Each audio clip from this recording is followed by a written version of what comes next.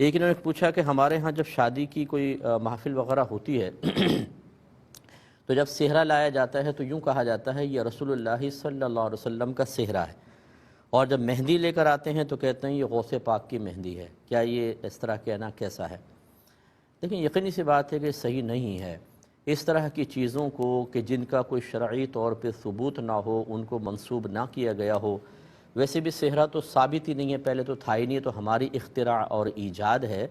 تو اس طرح کی مطلب مذہب کے علاوہ چیزوں کو مذہبی رسومات سا بنا کر پیش کرنا، یہ ہماری آنے والی نسلوں کو دین اور غیر دین میں فرق کرنے سے دور کر دے گا۔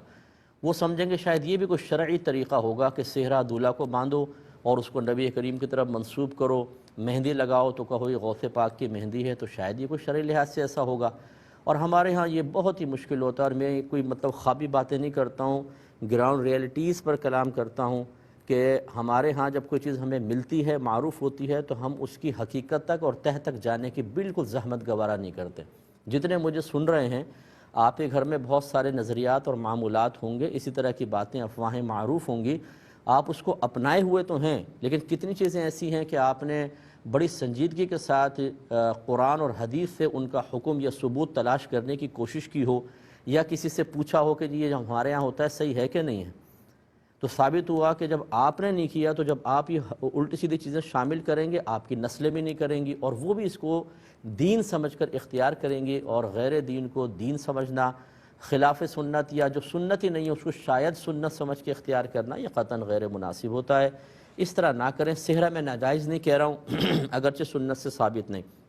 لیکن اس طرح منسوب کرنا یہ بھی بالکل درست نہیں ہے، اس سے اجتناب کیا جائے۔ لیکن پچھلے پروگرامز میں عرض کر چکا ہوں کہ جب ہماری اس طرح کی کوئی باتیں ذکر کی جاتی ہیں جو عین قرآن و حدیث کے مطابق ہوتی ہیں، تو ہماری عوام جو اپنے آپ کو مسلمان کہتے ہیں اور عام حالات میں شاید کسی عالم کا ادب بھی کرتے ہوں، مفتی کا جی مفتی لوگ عالم لوگ اچھے ہوتے ہیں، لیکن جب اس قسم کی رسومات ہو رہی ہوں اور آپ منع کر کے دیکھیں تو ان سے بڑھ کر مجتہد اعظم اور اس زمانے کا امام اعظم ابو حنیفہ کوئی نہیں ہوتا۔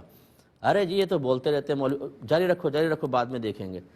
یہ چیزیں جو آپ آج بڑی معمولی سمجھ کے نظر انداز کر رہے ہیں، ہو سکتا ہے کل آخرت میں آپ کے لیے بہت بڑی رکاوٹ بن جائیں۔ یہ کوئی معمولی چیز نہیں ہے، ہمارے پاس ٹائم نہیں ہوتا، ورنہ تو میں دلائل کے انبار لگا دوں کہ نئی نئی چیزیں اور اس طرح کی خرافاتوں کو دین میں شامل کرنے پر نبی کریم صلی اللہ علیہ وسلم کا اظہار غضب کیا تھا، صحابہ کرام کا کیا تھا، تابعین کا کیا تھا، تو آپ کو کچھ اندازہ ہوگا کہ یہ کوئی معمولی چیزیں نہیں ہوتی کہ جس چیز کو چاہا دل چاہا پکڑ کر اس کو دین بنا کر اور دین کی تعلیمات کے ساتھ شامل کر کے اس طرح کی بدعتوں کو ایجاد کر، یہ مناسب نہیں ہے۔ تو جو سمجھایا جائے اس کو مان لیں، یہ اچھی بات ہے، لیکن اگر آپ کسی کو کہتے ہیں جیسے ہمارے سننے والے کسی کو سمجھائیں کوئی نہ مانے تو لڑائی جھگڑا نہ کریں۔ ہمارا کام بتانا ہے، منوانا نہیں۔ کوئی مانتا ہے ٹھیک، نہیں مانتا بھی ٹھیک ہے، آپ کریں، آپ کی مرضی ہے، کیا کر سکتے ہیں۔